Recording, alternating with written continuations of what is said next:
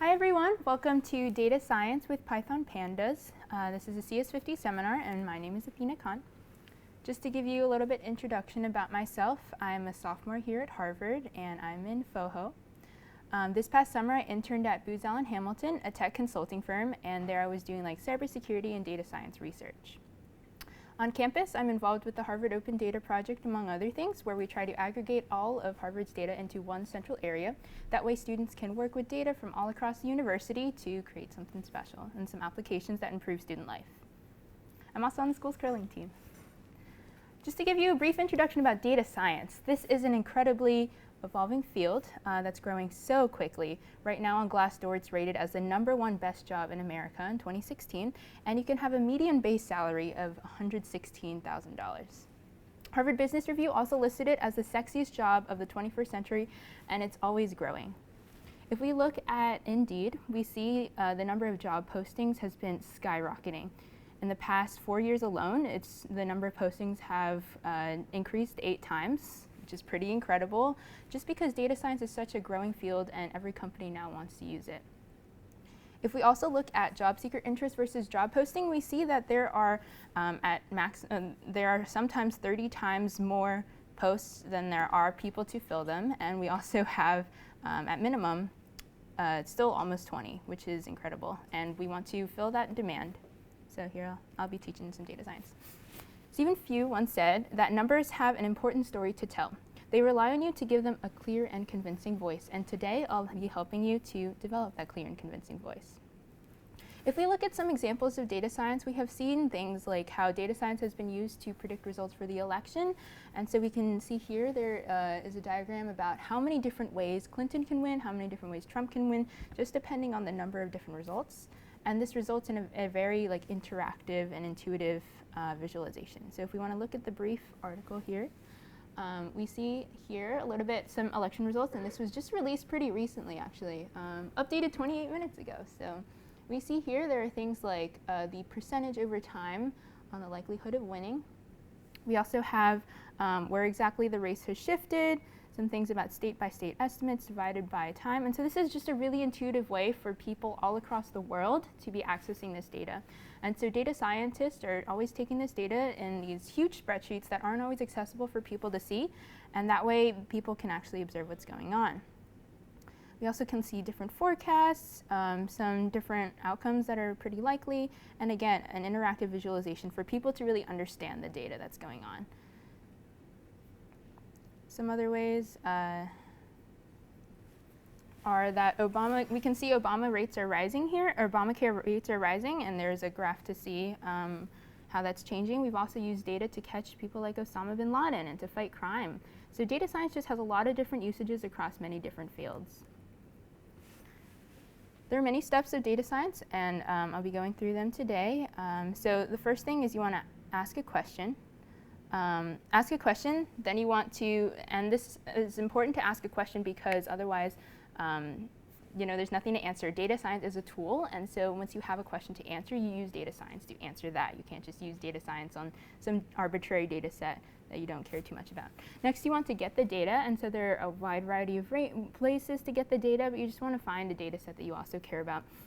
After that, you can explore the data set a little bit, just get a better sense of what kind of descriptive statistics you're looking for.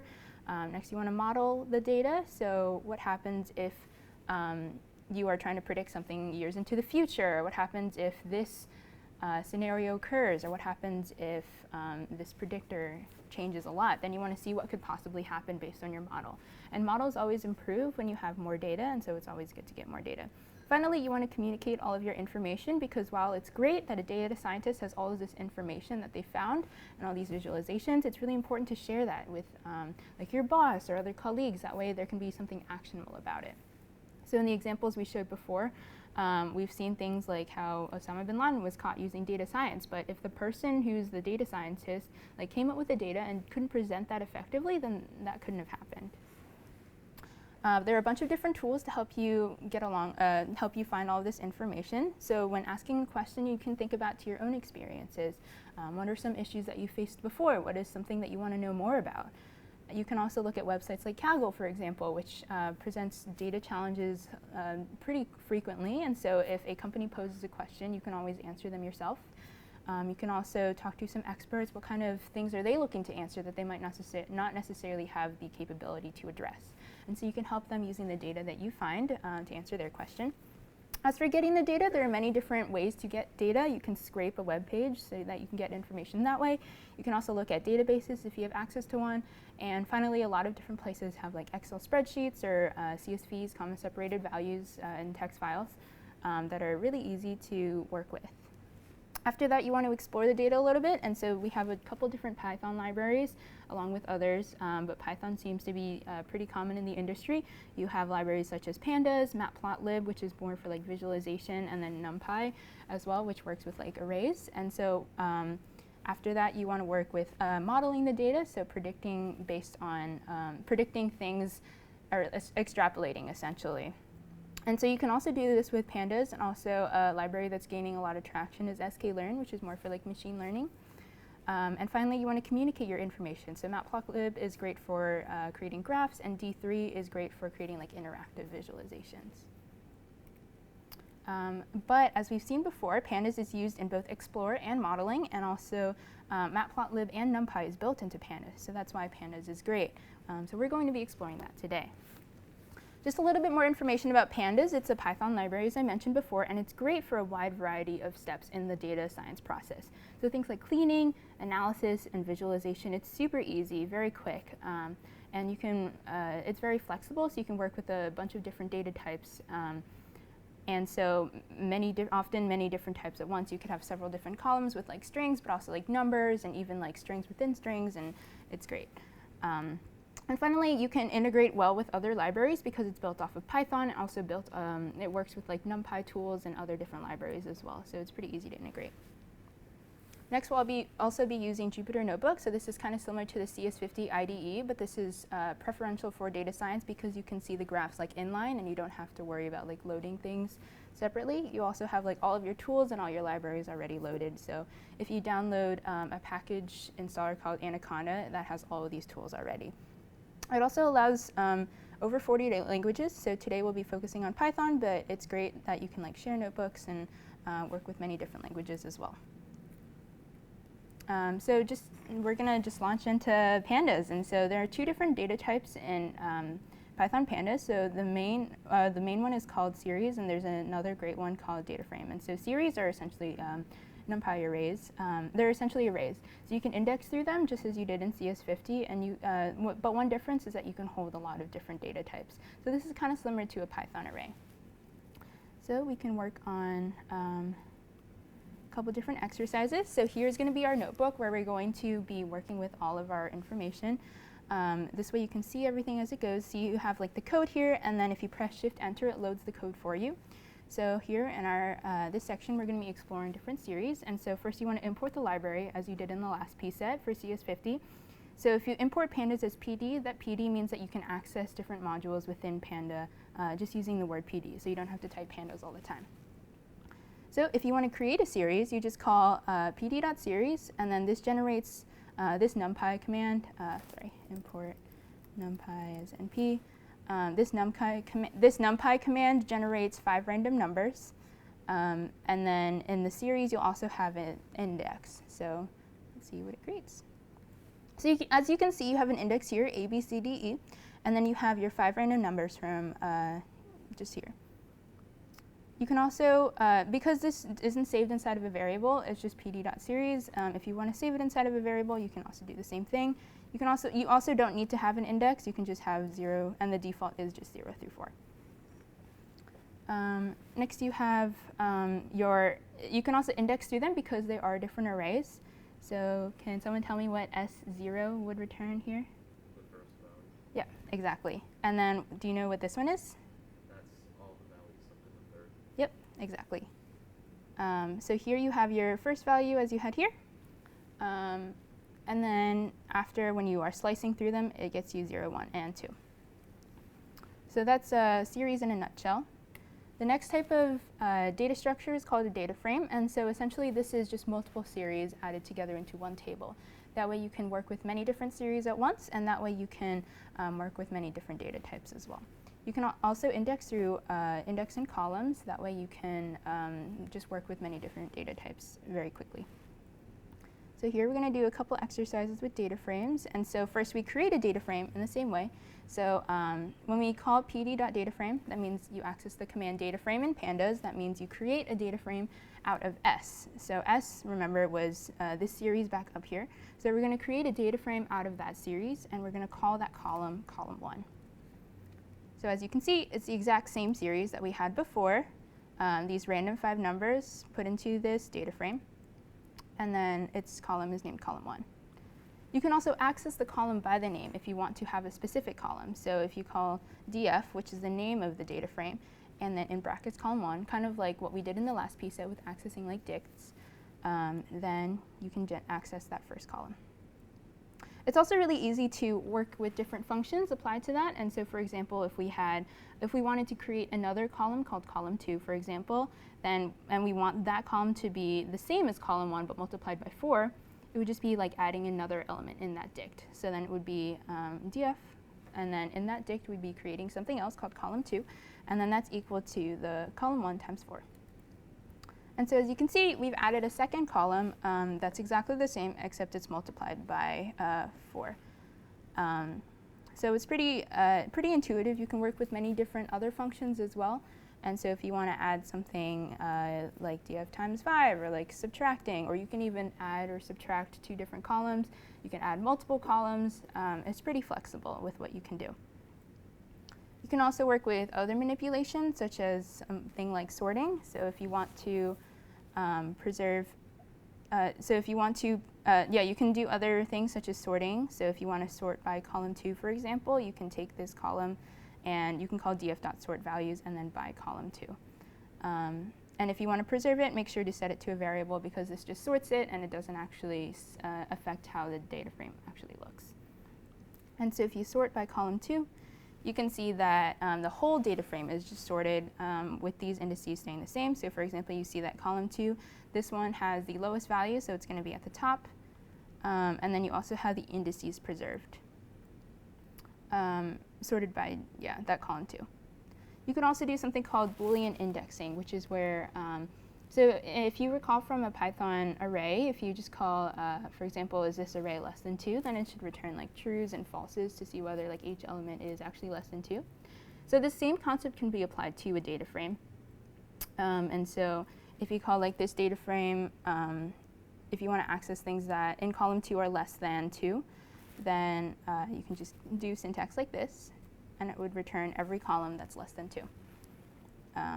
As you can see, the first column, or the first row, has been eliminated because column 2 is not less than 2. You can also apply things called anonymous functions. And so if you have something called like lambda x is the minimum of the data frame plus the maximum of the data frame, then you can apply that to your data frame, and then that should affect, that should return the results of whatever this should be. So for example, if you run this, you take the minimum of column 1, and then you add it to the maximum of column 1. And this result is negative 1.319626. And then you do the same thing for column 2 as well. So you can run the same thing to another. You can also add another anonymous function. Do you want to try it out? Give an example. So something like df.apply lambda x. Mean? OK. Oops. Mean x. Oh, whoops. That's why you don't do live coding during seminars. So it's probably you can also call mean df, and then that should np.mean df, and then that should return the mean as well. Finally, you can describe what different characteristics of that data frame. And so if you do something like df.describe, it returns like how many values are inside that data frame. You can also find things like the mean, standard deviation, minimum, quartiles, and finally the maximum. So it's pretty easy, like once you have all that data loaded in a data frame, if you call like df.describe, then that allows you to access pretty essential variables about that data frame. That way you can work with different things pretty quickly. So if you want to subtract and add the mean, then you have these two values here already. If you want to access things like the mean exactly, you could call like, if this is the table, then you want to call like table mean, or mean, that should access the means as well. Okay. So we're going to go through the data science process together. So the first thing we're going to do is ask a question. So what are some data sets that you're interested in, and what kind of questions do you want to answer with data?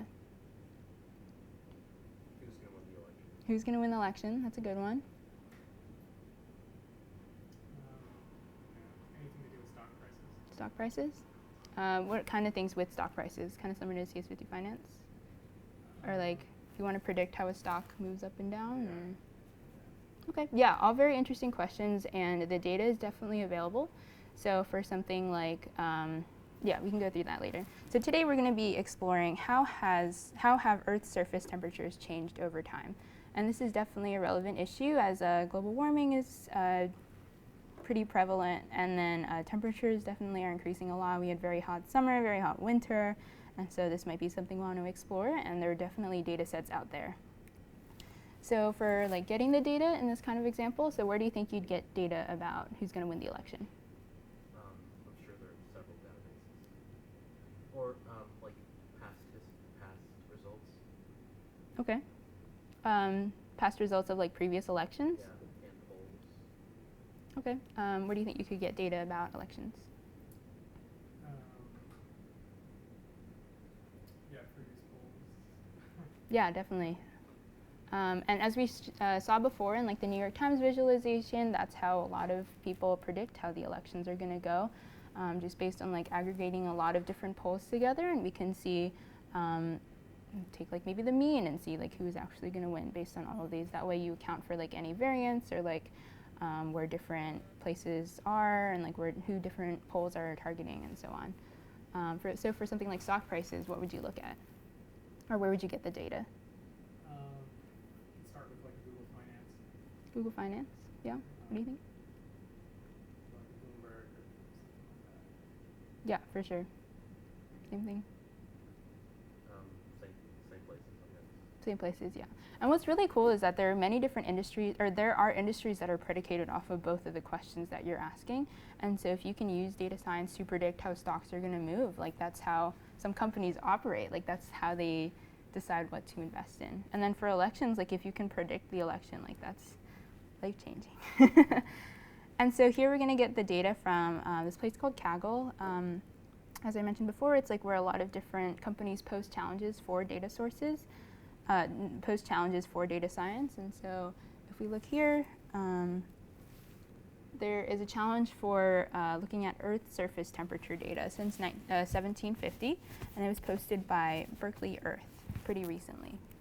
You can also, what's great about Kaggle is that you can also look at other people's contributions, or like discussion about it if you need help about how do you access different types of data.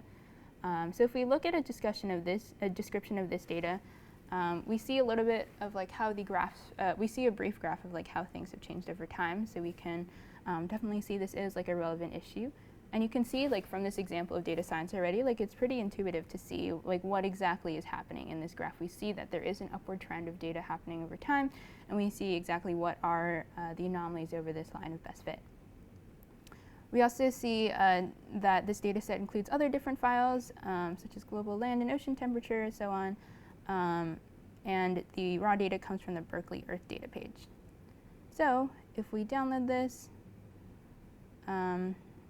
might take a little bit to download because it's a huge data file, because it's containing every single temperature since 1750, by city, like by country, by everything. So it's a pretty cool data set to work with. There's a lot of different data sources, and while this isn't quite like technically big data, like this definitely is a chance to work with a large data set.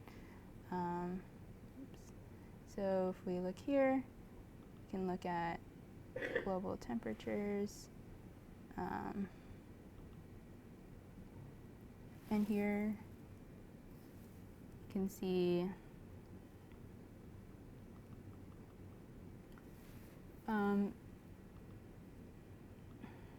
yeah, so here you can see some pretty cool information about the data. You see that it's organized by like timestamp. You can look at like land average temperatures. You can see here, might be kind of hard to tell. Land average temperature uncertainty, that's a pretty interesting field. Maximum temperature uncertainty, minimum temperature. So it's always great to look at a data set, like once you actually have it, what kinds of fields there are. And so there's things like date, temperature. We see that there are a lot of different blanks here, which is kind of curious. And so maybe this kind of could get resolved later in the data set. And we see that this goes like all the way up to the 1800s so far. Oh, and then we see here that there are the other fields are populated here. So it's possible that before 1850 they just didn't measure this at all, which is like why we don't have information before. So this is something to keep in mind as we work with the data set. And so we see, yep, there's a lot of information, a lot of really cool data. And so if we want to work with that. And so we open up our notebook. You import in all of the libraries you already have. The great thing about Jupyter Notebook is that it already keeps keeps the memory from things that you've loaded before. So up here we loaded Pandas and NumPy already, so we don't have to load them again. And so we just import matplotlib, which is again for like visualizations and graphs and everything. And we also import NumPy, which helps you. We already imported that, but helps you work with like arrays and everything. This matplotlib inline allows you to look at graphs like within Jupyter Notebook, and it doesn't. Otherwise, it would just open up a new window, which can get kind of annoying. And so, if you want to see it inline, that way you can work with things pretty quickly rather than switching between windows. It's a good thing to use. And then this is just a style way of like preference for how you want your graphs to look. And so there, if you use default, it's just like blue. I wanted it to be like red and gray and nice, so I changed it. So if you call pd.readcsv, again, remember that pd is referencing pandas, and so this is accessing a module in pandas called readcsv. So it lets you load in a CSV just with a single command, and that way it loads it into your data frame. And so if we call that, yeah, so this looks exactly the same way we had it before, or had it in the Excel spreadsheet, just loaded into a data frame. So again, very simple. If you want to see the rest of the file, you can just call it df. I just chose head, that way head shows like the first 5 elements rather than every single thing because it was a pretty long data set. But it does show the first 30, and then also the last 30, I believe. And so you can see that there are 3,192 rows and 9 columns just from loading it in. You can also call tail, and then that should show you the last 5 elements. You can also change the number within here to be like the last 10 elements. So you can see things pretty easily. Next, we want to look at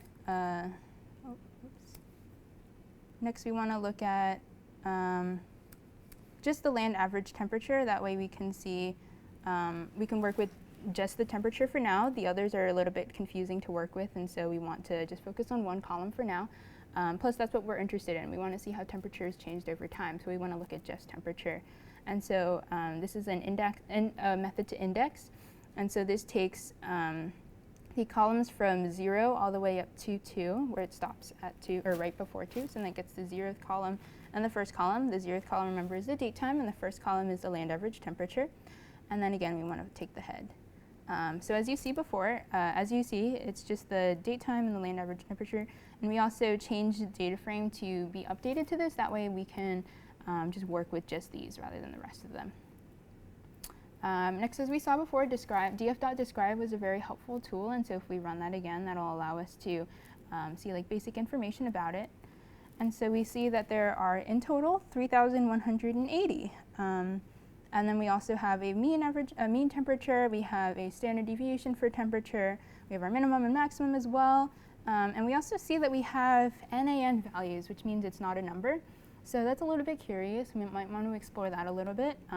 In all likelihood, it probably is just that there are not a number of values in there, and so it's kind of hard to it's hard to find like quartiles when some of them are like not valid numbers. so once we have a description, we can see we've gained insights already about it just from those like couple lines of code up here. And so we see that the mean temperature for from 1750 to 2015 was 8.4 degrees, which is interesting. Next, we want to just plot it, just so we have a little bit of a sense of how the data is trending. We just want to plot it just to see like we can explore some of the data. And plus, it's pretty easy to plot, so like even if it doesn't look too great, then we aren't losing anything. And so PLT, again, we imported matplotlib, which is the graph that lets you, or the file that lets you, the library that helps you plot. Matplotlib.pyplot helps you plot, and then if you import it as PLT, you can access all the modules from it just calling PLT. And so we have PLT.figure, which is PLT figure, fig size, that just defines how big that graph is going to look. And so we call it, it's going to be 15 by 5, and so you have like the width is a little bit bigger, and that's to be expected because it should be like a time series graph, and so there will be more years than there are actual temperatures.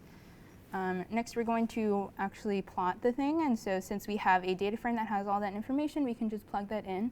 And then this command knows exactly how to sort between the x and the y, so you just need to call that data frame. And yeah, the only thing is that matplotlib can, or usually plots, or in this case would plot a series. You can also plot multiple of them, but a series, as you remember before, is a one-dimensional array with an index. And so in this case, that land average temperature would be, or the temperature itself would be what you plot on your y-axis, and then the x-axis would be the index. So that would be like what year you're in. You can also plot a whole data frame, and then this would just plot like all the different lines all at once. So if you had like a land maximum temperature, then you can see the differences between that. We also have plt.title that changes the title of the whole graph. You have the x label, year, and y label. And finally, you want to show the graph. You also don't have to, but just because of Jupyter Notebook, so then same thing happens. And so you see from this graph, it's a little bit noisy. And so we see that there seems to be an upward trend, but it's kind of unclear because it looks like things are just skyrocketing back and forth. Do you have an idea why that might be the case? It's connected the dots. Yeah, exactly. Yeah, that's exactly right. And so we also see, like from the table up here, there are different months located. And so, like, of course, the temperature will decrease during the winter and increase during the summer. And so as it connects the dots, as you said, then it will just be connecting the dots between winter and summer, and it will just be increasing a lot. So this graph is kind of messy. We want to think about like how exactly we can refine it. But we do see that there is a general upward trend, which is a good thing for us to see, probably not good for the world, but it's okay. We also see like we can also pretty clearly see like what the ranges are, and so we see here you can get from as low as like a couple negative degrees up to almost 20 degrees, which is consistent with our df.describe findings. We also see that it goes from the 0 to the 3,000, or almost 3,200-ish, which is not quite correct because we only had the years from 1750 to 2015. And so there's something incorrect here. It's probably referencing the months, maybe. That would. Yeah, exactly, referencing the indexes, but each row is a month. And so it would be like the 0th month, 1st month, and so on. Yeah. So how do you think we can make this graph a little bit smoother so that it doesn't go up and down by like month?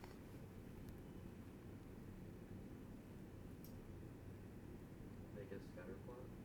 Scatter plot? But if you had like the points, yeah, we can try that. So df or plt dot plot kind equals scatter. And then for scatter plot, you need to specify the x and the y. So we could have x equals the index, as we said before, and the y equals the actual thing itself.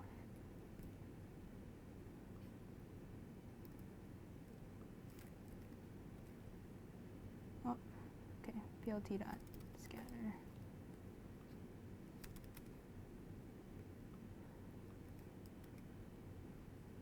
Scatter plot. So we still see a couple different, it's still a little bit messy. It's still kind of hard to see exactly where everything is. What else do you think we could do? So right now we have it indexed by month. What do you think we could change about that? Yeah, index by year, Yeah, exactly. So if we average, yeah, like the max temperature. max temperature. Yep. All very good ideas and something to definitely explore. So for now, we can just look at the mean of the year, or average of the year. That way we can see, like, because each year has all of the months, it'd be pretty, it would make sense just to average all of them, just to see like how that's been changing. However, we notice when we look at the timestamp column, which is called DT, if we access that and call the type, it's actually of type str. So that means all of these dates are recorded inside of the file as a string rather than a date. So that would mean if we want to parse through them, we have to index, or we have to look through every single letter inside of the DT. So what might be helpful is to convert that to something called Pandas has called a date-time index. Pandas is very adapted towards like time series data, and so definitely there are a lot of tools in their library for this exactly. So if we convert it to a date-time index, we can also group it by a year. And this is a syntax where we take the year for each, or in the index, and then we also take the mean of every single one. So if we run that, whoops, and then we plot that again, that's a little bit smoother. So we can definitely see that there is a trend over time, and as there are a lot of different spikes, so it's not incredibly uniform, which makes sense because there are like peaks and valleys for years, but as a whole, like this data set is trending upwards. So this is wrapping up like the exploratory phase, but then we notice something that there is something pretty anomalous here. We see right around the 1750, in the beginning of the 1750s, there's a huge dip down. So before, while it was at 8.5 before, it went all the way down to 5.7. So let's see, there might be a couple reasons why this might be the case, such as maybe there was like an ice age for that 1 year or something, and then it went back up to 8.5, but that's probably not what happened. So let's look into the data a little bit. You know, maybe they messed up something. Maybe someone mistyped a number so that it says like -40 instead, or -20 instead of 20, or something like that. And so if we look at the data, and it's important to like check in with yourself, make sure that what you're getting is reasonable, we can look in. And so we want to see what caused these anomalies. Because it was in the first couple of years, we can call something like .head, which shows the first 5 elements. And we see here that 1752 is what caused this. And for whatever reason, even though all of the years previous and after had 8 degrees and then 9 degrees, it just goes back down to 6.4 degrees, which matches what we found in our plot. So let's look at that data set exactly. So as you remember, we can filter by Booleans. So if we want to see like if the year of that grouped data frame is equal to 1752, we can see what happened. And so we see here in this case we can see every single temperature from every single month and the land average temperature as long as that year is 1752. And because it's a date-time index, we're allowed to do something like that rather than searching the string for every single thing, looking for 1752. And so we see here in this exploration that land average temperature, so while like this January makes sense that it's pretty low, we also have things like not a number. And you have things like, you have a couple other numbers, but then all these summer months are just gone. And so what happens is like when you average this, where it might not have a number, it'll just average the existing values. And so because you're missing those summer months, it'll be low even though it's not supposed to be. So what exactly can we do about that? So there are a lot of null values. We want to see what exactly we can do. Also, this might be affecting results in the future because what happens if there are other null values in other years? It wouldn't be just exclusive to 1752. And so again, as we tried from that Boolean values, if we call numpy.is not a number, that can access every single thing and determine which cells exactly are not a number. And specifically, like land average temperature is not a number. And so we see here that there are a lot of different values that are all not a number. And so This is okay. It definitely makes sense because no data set is going to be perfect. As we saw before when we were looking at the data set, it was missing those entire like first or all of these columns, and so it's not ever going to be perfect, which is okay. The thing that you have to do is either work with data that is perfect, or you have to fill in those null values. You have to make sure that it has something that's reasonable, that shouldn't affect your data that much, but you should fill it in with something that makes sense. So in order to find out what exactly makes sense, we want to look at possibly other information around it. So if we wanted to predict this February of 1752, how do you think that we could estimate what that should be? Look at the previous and past February. Yeah, exactly. Yeah, previous and past Februaries are a good way. Another way to do it might be looking at like the January and the March of that same year. It should be somewhere around the middle, maybe. Because to get from that January to the March, you have to be somewhere in the middle, and so February would make sense that it should be like right around the middle. And then you could do the same thing for these values as well. It's kind of a little bit more difficult because you don't have before and after values for where there are a lot in the sequence, but definitely looking at the year before, the year after might be helpful. So what we're going to do today is we're going to be looking at the month before or previous thing that's most valid. So for example, in February, you would look at the month before, so then this would be that January. For this May, you would be looking at the April previously. And then for this June, because the most previous value is that April, you'll be looking at that April value as well. So you'll just be filling that all of these with this April value. So not the most accurate, but it's something that we can at least say it's reasonable. So you're going to be calling, you're going to be changing the value of what that data frame column is, and so we want to set that equal to something else. And it's going to be exactly the same thing, but we're going to be calling a command called fill_NA. It's another Pandas command, but it fills all of the null values. So these are things like none, NaN, like any blank spaces or anything. Just things that would go under NA, that you would classify as NA. And the way we're going to fill this is going to be called something ffill or forward fill. So this is going to be things from before, and then it's just going to fill the things like ahead of it. You can also do like backward fill, and there's some other different ways as well. And so once we call that, it changes, and then we can graph that again. And then we see it's a little bit more reasonable. There still are some dips and everything, but you know, it can't be perfect, so we might want to try different avenues for the future. That said, the data set definitely looks a lot cleaner than it was before, and we know that there are no null values as of right now, so then we can work with the whole data set and not have to worry about that at all. So yeah, all the syntax for the plots are pretty similar, so you can always definitely copy it or even create a function out of it. That way you don't have to worry too much about like styling and everything. You can also change things like the x-axis, y-axis, font size, so it's pretty simple. So that concludes our exploration of our data set. Next we want to model our data set a little bit, so predict what would happen based on like future conditions or other variables that could happen. So in your example of like predicting the elections, what would you want to model? Who gets electoral votes? Yes, exactly. And then for stock price, what you want to model? Like the S&P 500. Yeah, exactly, and like how that'll change over time.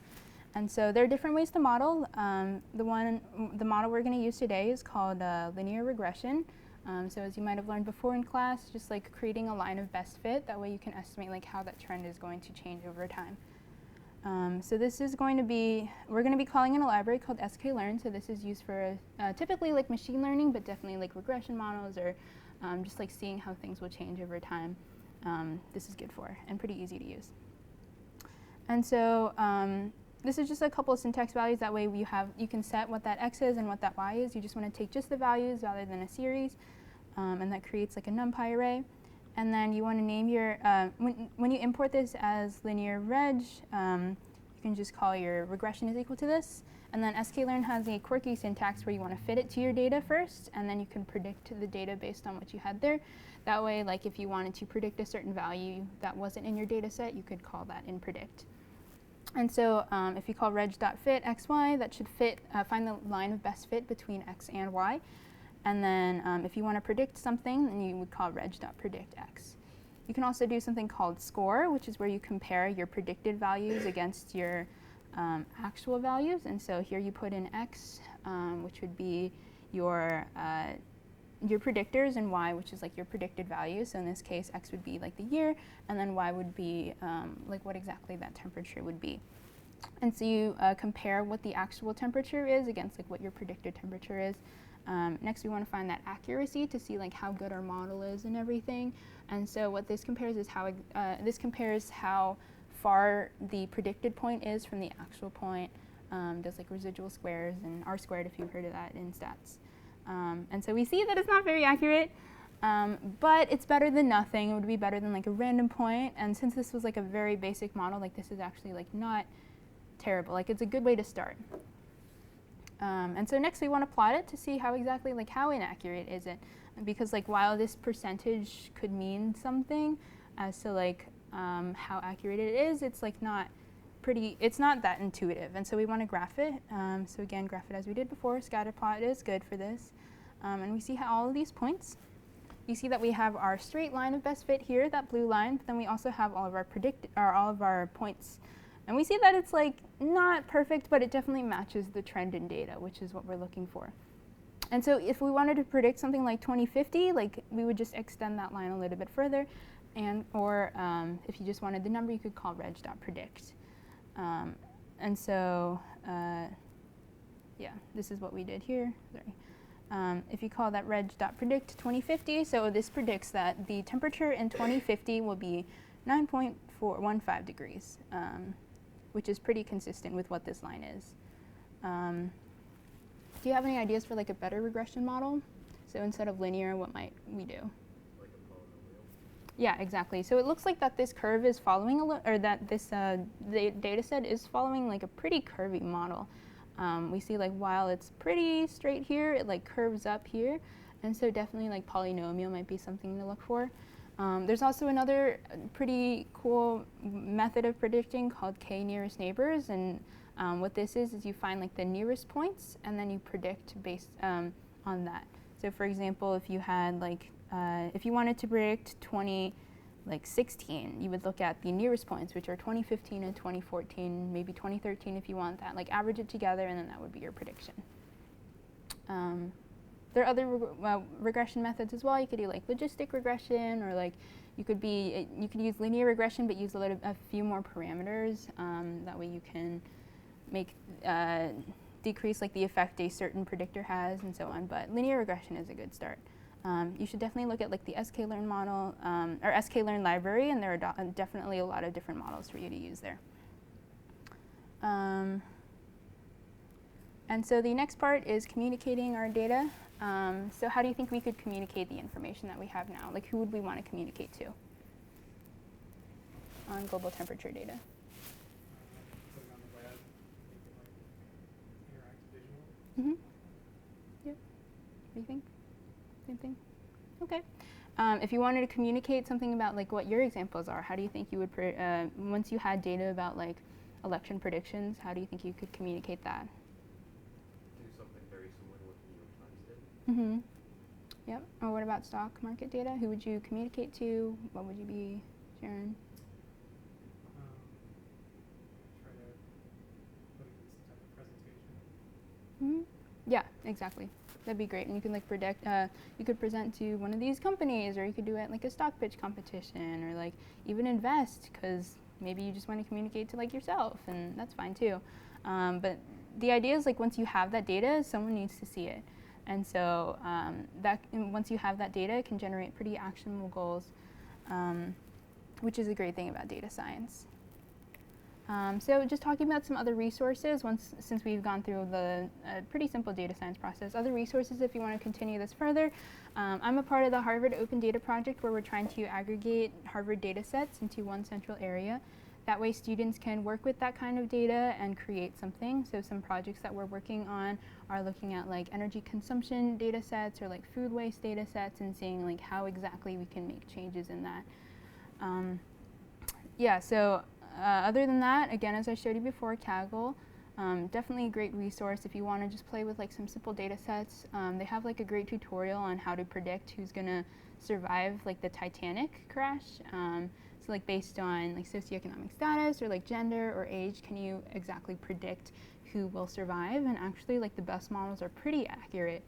And so that's really cool that just like using a couple regression models and using exactly the same tools that I showed you, it'd just be, you can predict like anything. I mean, your predictions might not be like very correct, but you can definitely create a model that would be more accurate than if you like shot in the dark. Some other tools are like data.gov and data.cityofboston.gov. So again, like more open data sets that you can play with, and you can create like actually meaningful conclusions. And so in data.gov, you could look at a data set on how like economic trends, so how unemployment is changing. You could predict like how unemployment will be in a couple different years, or you can definitely get information about like how the election or how election races have gone in the past. You can definitely reach out to like organizations like Data Ventures that works with other organizations and helps them, or essentially like consulting for another organization using data science. There are a lot of classes at Harvard about this. Definitely CS50 was like sentiment analysis. You can work with that as well. So if you got like all the tweets of like Donald Trump and Hillary Clinton and all the other presidential candidates and like did some sentiment analysis on that, or like looked at different words, you could predict like what exactly might happen. You can also take other classes such as CS109 A and B, which are data science, and I believe advanced topics in data science. CS181 is machine learning as well. There are other classes, I'm sure, that are definitely helping with this. Also, another good resource is like if you just Google things, if you do like Python, Pandas, like group by, for example, if you like forget the syntax, you can look through this great resource on, or the great documentation on how exactly to use them. So it gives you examples on like how to like code examples, so in case you like forget from this presentation, or if you're looking exactly like other tools that you might want to use as well. So for example, if you want to do like a tutorial, or if you want to work with like time series, or a lot of the documentation for Pandas is pretty robust. And same thing for the other libraries as well. So like sklearn, like linear regression. Definitely looked that up before, and you can do the same thing where it has like parameters that it takes in, and also like what you can call after you've called sklearn in your regression, like what exactly you can get. So you can get the coefficients, you can get the residuals, or the sum of the residuals. You can get like your intercept. There's some other like information that you can use. They probably have examples as well. Yeah, they have examples using this. Just in case like you want an example of what exactly yours should look like, or you want code, that's definitely helpful. And finally, just talking a little bit, just so to inspire you a little bit further, I can talk a little bit about my data science projects that I'm working on. So for one of my final projects for a class, I'm trying to predict the NBA draft order just from like college statistics. So there's a lot of information, I think back up to like since the NBA started, on like how exactly draft order is selected, just based on like that college student statistics. And so definitely a lot of people are trying, like there are industries devoted to like predicting what will happen based on those college statistics, like exactly what order, like how much they'll get paid, like how does this affect their playtime while they're on their team, so on. Also, over the summer at Booz Allen, I was developing an intrusion detection system in industrial control systems. And so essentially like what this entails is like industrial control systems are responsible for our national infrastructure. And so if we observe like different data about them, we can possibly detect any anomalies in them. An anomaly might indicate the presence of like an attack or like a virus or something on it. And so that is a better alternative, or possibly better alternative to current intrusion detection systems that might be like a little bit more complex rather than just focusing on data. Something else I'm working on for another final project for a class is looking at Instagram friends based on mutual interactions. And so each person on Instagram, maybe they like certain people's comments, or like certain people's photos more often than other people's photos. Maybe they comment more, maybe they are like tagged in more photos. And so like looking at that information, if you look at like the Instagram API, like it's pretty cool to see like how there is a certain web of influence, and like you have a certain circle that's like very condensed and like expands a little bit further. And what's interesting about that is like celebrities for sure, like it might, they definitely interact with certain people more or less, definitely like get in hate wars or anything. Or like, for example, Justin Bieber and Selena Gomez, like people found out they broke up because they like unfollowed each other on Instagram. So I think that's interesting. Also, some other things that I've done are like predicting diabetes subtypes based on biometric data. So this was in CS 109, first PSET, I believe. And so given like biometric data, like name, or so it would be like information like name and gender, or sorry, age and gender, but also biometric data like presence of certain markers or like other, like blood pressure or something. You can pretty accurately predict what type of diabetes they'll have or whether they'll have diabetes or not, like type 1, type 2, or type 3. And we can also predict things like urban demographic changes. So see like, because a lot of this information is available online, you know like what socioeconomic status people are in, but you also know like where exactly they're located based on like longitude and latitude. And so if you, based on like how good your regression model is, if you input in like a specific latitude and longitude, you can predict what exactly socioeconomic status they're in, which I think is pretty cool. And like over time as well, because their data sets going back like many different years. So those are a couple ideas. Any questions about data science?